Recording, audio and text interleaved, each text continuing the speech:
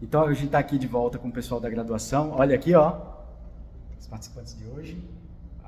Boa. E a gente estava falando sobre uma paciente, 47 anos de idade, portadora de febre reumática, que internou por um quadro de insuficiência cardíaca descompensada.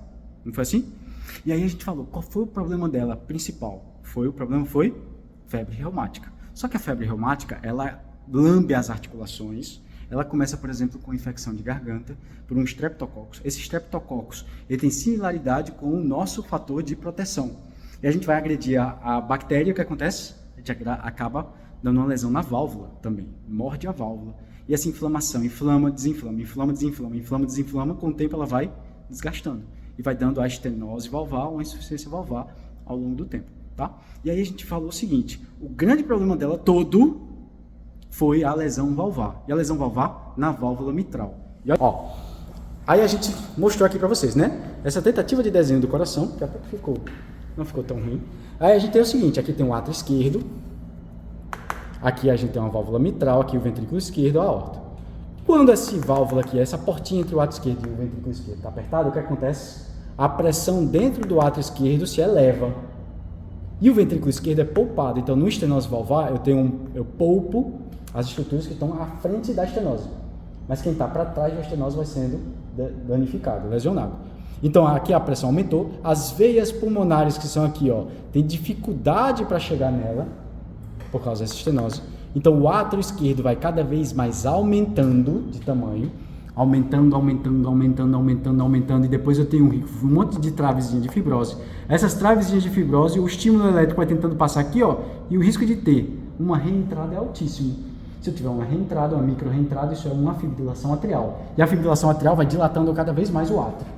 Então eu tive um aumento da pressão aqui das veias pulmonares, isso vai sendo transmitido para a arteríola pulmonar. E aqui, ó, eu tenho uma arteríola pulmonar com capilar pulmonar e um bronquíolo com alvéolo. Quando a pressão hidrostática aumenta aqui, o que é que eu tenho que fazer? Eu acabo aumentando a pressão hidrostática, existe um risco de transudar, de derramar. E quando eu derramo, eu posso ter estertor crepitante nas bases. Aí isso foi transmitido pelo tronco da artéria pulmonar, o ventrículo direito ficou também sobrecarregado, aumentou a pressão. Isso passa para o átrio direito, que também tem que aumentar a sua pressão. E aí o desaguar da veia cava superior e da veia cava inferior ficam prejudicados. Essa é toda a fisiopatologia do negócio. Só que o problema é que essa paciente tinha fibrilação atrial. Eu tenho que ter muito cuidado, porque eu tenho alguns fatores descompensadores, por exemplo, obesidade, hipertireoidismo, síndrome da apneia hipopneia obstrutiva do sono. Essa nossa paciente, por exemplo, tinha um hipotireoidismo, que pode ser uma das causas de descompensação, uma das causas de complicação. E também, principalmente, valvopatia, que ela tinha por conta da febre reumática. Aí lembra, se eu tenho uma risco da gente ter, por exemplo, uma estenose valvar, concorda comigo, toda vez que eu tiver uma infecção de garganta, eu posso lesionar mais ainda. Então, eu tenho que fazer uma prevenção secundária contra infecções usando benzetacil. Então, o paciente tem que usar benzetacil por 21 em 21 dias. Dependendo da lesão valvar, eu vou usar por um tempo determinado, até os 18, até os 21, até os 40, por toda a vida. Depende muito do... Aí, para classificar a fibrilação atrial, a gente precisa ver entre paroxística, quando ela vai e volta e dura menos que 7 dias, entre persistente, quando ela dura de 7 dias a 1 ano, persistente de longa duração, quando o paciente dura mais que 1 ano com a fibrilação atrial, mas eu ainda penso de repente em cardioversão, em trazer para o ritmo sinusal de novo, e um FA permanente com aqueles casos de um paciente que já tem uma fibrilação atrial há muito tempo, um átrio esquerdo muito grande, com um monte de outras comorbidades, que a chance de cardioverter é pequena. Aí o que é que eu tenho que fazer? Eu tenho que manter em ritmo de fibrilação atrial mesmo. Então, para controle, eu tenho algumas estratégias. Um controle de ritmo ou um controle de frequência. Concordam comigo que se tem chance do paciente ficar em ritmo sinusal, melhor que ele fique.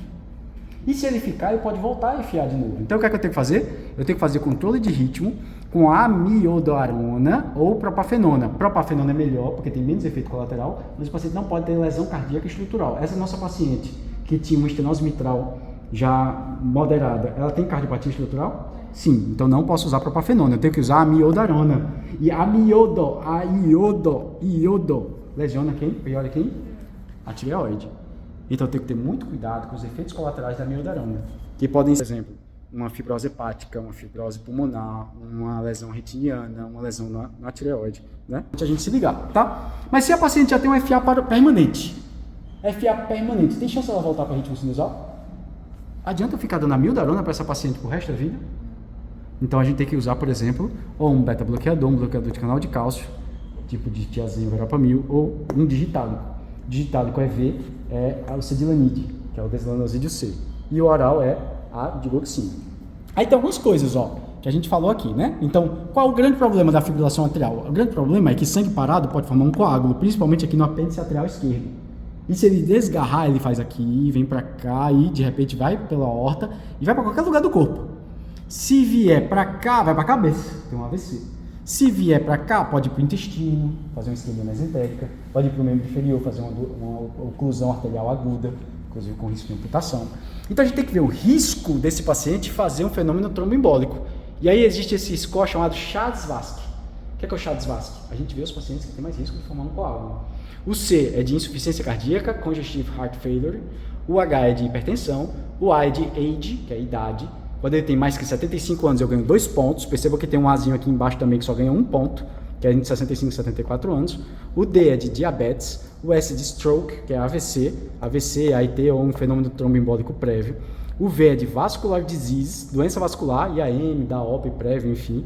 O A a gente já falou, que é a idade intermediária. E o SC é sex category, que é sexo feminino.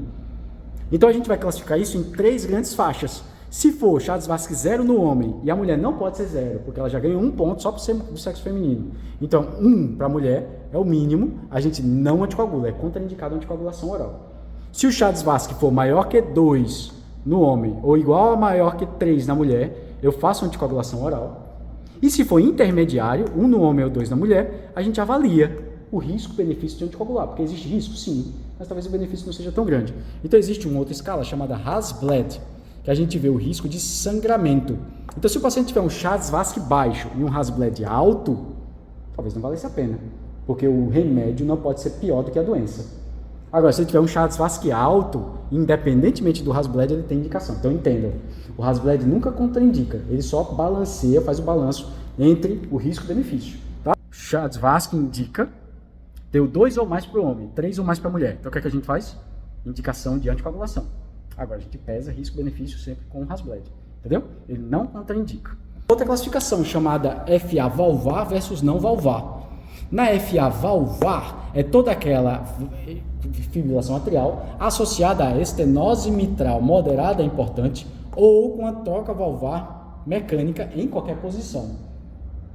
Então eu chamo isso de FA valvar.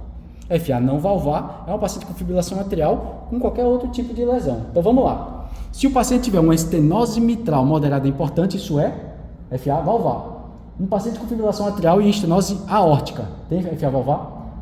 Um paciente tem FA valvar, FA, mas tem uma estenose tricúspide, tem FA valvar?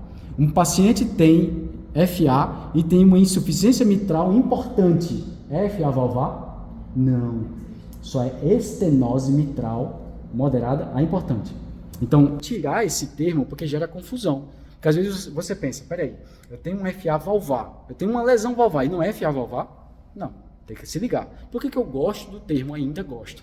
Porque ele diz para você os pacientes com alto risco para fenômeno cardioembólico. Então, se ele tiver um FA valvar, eu já sei que eu não preciso nem fazer Chade-Vasque. Chade-Vasque, professor, mas o Chade-Vasque é 0. É um homem de 30 anos de idade com uma febre reumática com estenose valvar moderada. Mas ele tem um FA.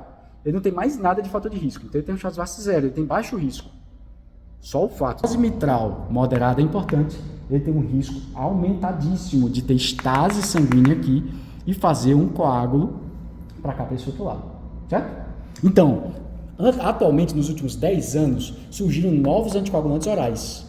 Ou anticoagulantes orais diretos, que são a rivaroxabana, a apixabana, edoxabana, dabigatrana. Percebam que XA é 10 ativado, 10 ativado, 10 ativado, o BI é o 2 ativado, o fator 2 da coagulação. Então eu faço anticoagulação em fatores específicos da coagulação. Já esses daqui com FA valvar, tanto eu já sei que eles são de alto risco e precisam fazer anticoagulação, como eu sei também que eles só vai usar um tipo de remédio, que chama de Marevan.